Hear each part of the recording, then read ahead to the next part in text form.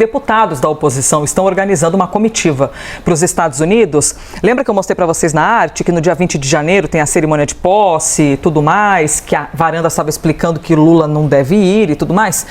Como é que fica essa organização? O que você ficou sabendo, Isabel Mega, sobre o pessoal que já está parcelando em 10 vezes sem juros a passagem? Não, tem que ver porque a possibilidade, inclusive, de usar cota parlamentar para isso, né, Elisa? Ainda tem esse detalhe. Se você for em uma missão pela Câmara dos Deputados, isso também é possível, Ou né? vão agendar uma reunião de trabalho que vai ter justamente em Washington no dia 20 de janeiro. Aquela coincidência que eles adoram, né? Mas são 37 deputados que já manifestaram essa intenção. Claro que a gente está falando daqueles parlamentares das camadas bolsonaristas, extremamente ligados ao ex-presidente Jair Bolsonaro. Inclusive, o filho dele, Eduardo Bolsonaro, é quem está também recolhendo aí, portanto, esses pedidos para que eles façam essa espécie de comitiva à Casa Branca para participar desse dia, né, de atividades ali no 20 de janeiro nos Estados Unidos, pela eleição de Donald Trump.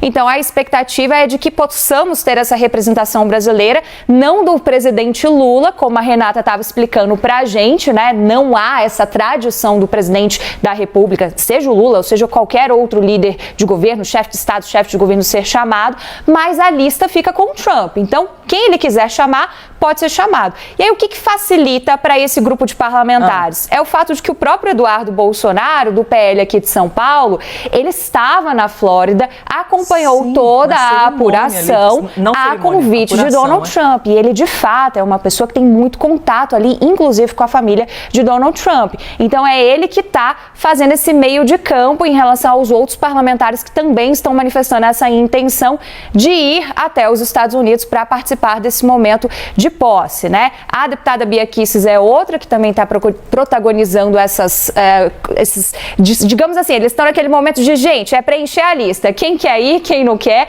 e ver depois como é que vai fazer.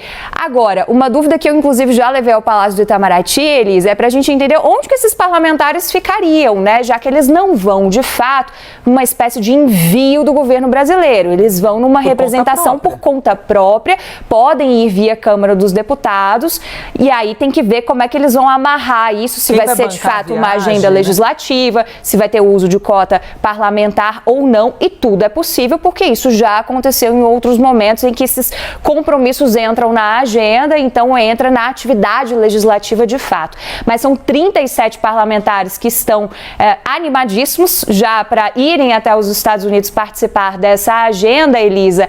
E, de outro lado, né, fica um pouco essa saia justa ali para o governo Lula, porque o contato tradicional de Trump é com o governo Bolsonaro, a proximidade ideológica é com o governo Bolsonaro. E aí, quando a gente leva isso também para as fontes do Itamaraty, é bem na linha do que a Clarissa falou. Governo fala com o governo. A gente entende as afinidades que são históricas, mas governo fala com o governo e a relação é institucional.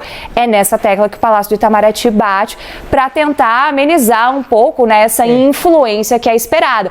E outra consequência que a gente teve, Elisa, que eles ficaram muito animados com a eleição do Trump, a gente falou isso aqui nos últimos dias, é essa expectativa de que o Trump eleito possa mudar algo em relação à situação do ex-presidente Jair Bolsonaro aqui no Brasil. Alguma coisa da justiça? O que juridicamente é visto como muito inviável. Quando a gente conversa com especialistas, o que eles falam pra gente é, via Supremo Tribunal Federal, via TSE, Bolsonaro se tornar novamente uma figura elegível, é impossível.